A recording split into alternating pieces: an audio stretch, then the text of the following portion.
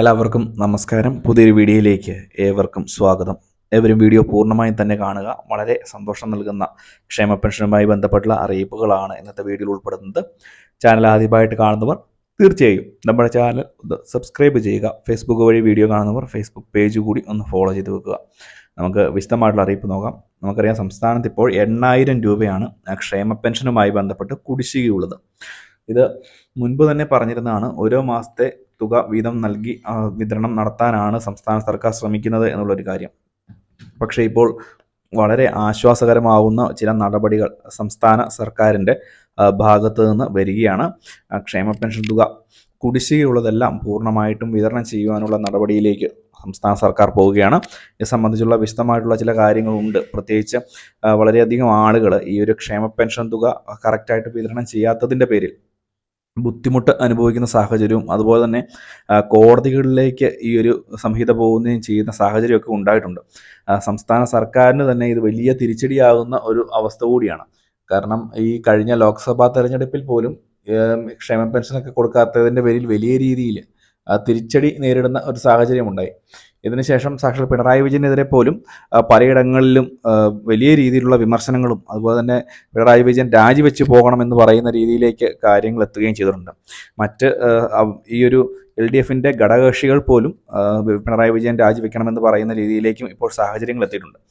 ഈ രണ്ടാമതും ഇപ്പോൾ ഭരിക്കുന്ന ഇടതുപക്ഷത്തിന് ഭരിക്കുവാനുള്ള ഒരു അവസരം കിട്ടിയതിൻ്റെ പ്രധാന കാരണം സാമൂഹ്യ സുരക്ഷാ ക്ഷേമ പെൻഷനുകളുടെ കറക്റ്റായിട്ടുള്ള വിതരണവും അതുപോലെ കോവിഡിൻ്റെ സമയത്തൊക്കെയുള്ള കറക്റ്റായുള്ള പ്രവർത്തനവുമൊക്കെയായിരുന്നു.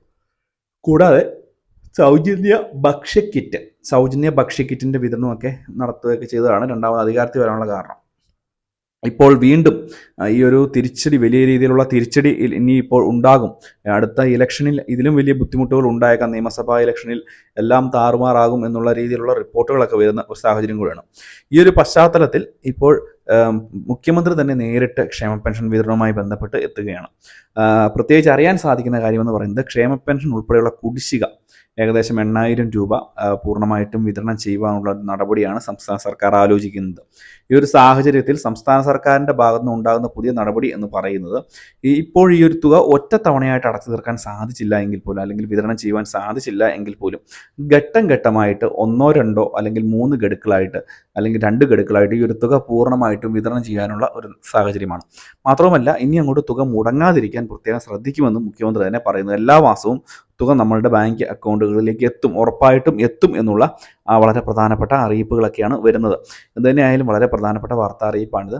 ഇത് മാത്രവുമല്ല, നിർമ്മാണ തൊഴിലാളി മേഖലകളിലൊക്കെ ക്ഷേമനിധി പെൻഷനൊക്കെ നൽകാനുണ്ട്. ഏകദേശം 19,000 രൂപയ്ക്ക് മുകളിൽ ഈ ഒരു പെൻഷൻ തുക നൽകാനുണ്ട് എന്നുള്ള റിപ്പോർട്ടുകളും വരുന്നുണ്ട്. അപ്പോൾ എന്തുതന്നെയായാലും ഇതെല്ലാം വിതരണം ചെയ്യാനുള്ള നടപടിയിലേക്ക് സംസ്ഥാന സർക്കാർ പോവുകയാണ്.